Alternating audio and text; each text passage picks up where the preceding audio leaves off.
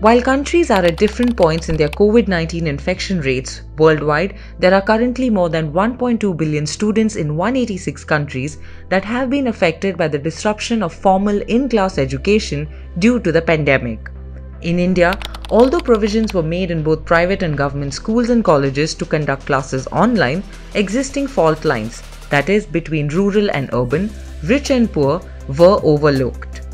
It was during this time 19-year-old Bengaluru resident Muhammad Aman Asim, a political science student of Ashoka University, realized that study from home for engineering students during this pandemic posed a grave challenge. For engineering students to attend online classes and complete their projects, they need laptops that run on higher configuration, and not all could afford to purchase them. The reason why I undertook this laptop initiative is because I myself am a college student who realized the need for laptops and how important it is. And I realized that I may be the person and people who study with me may be privileged enough to have our own laptops, but many people don't have that privilege. So we want to extend this privilege to as many people as we could.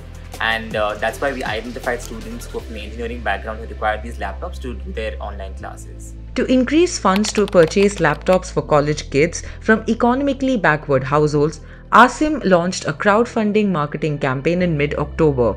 He sent out an online form to students through his existing network and received more than 75 applications for the same.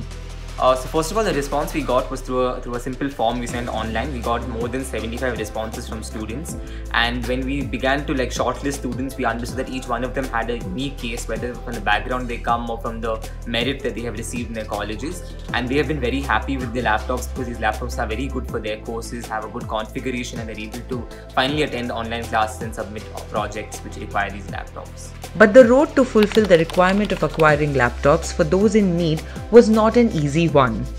Crowdfunding campaigns come with challenges of their own, and during a pandemic, the task was a mammoth one for Aman Asim.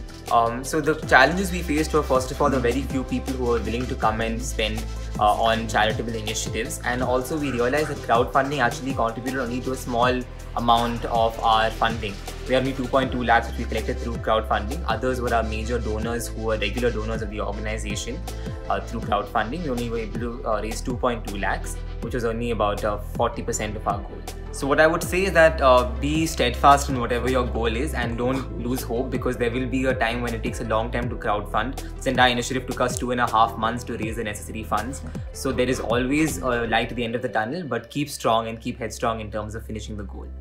Through this initiative, 17 engineering college students and 5 non-engineering graduates acquired laptops to review and work remotely. Aman Asim has since then been flooded with extra requests from college students from economically backward households, and he hopes he can assist them in future too. For me, I believe that my success lies in these small projects and the happiness of others, and that's why I like to take up these initiatives.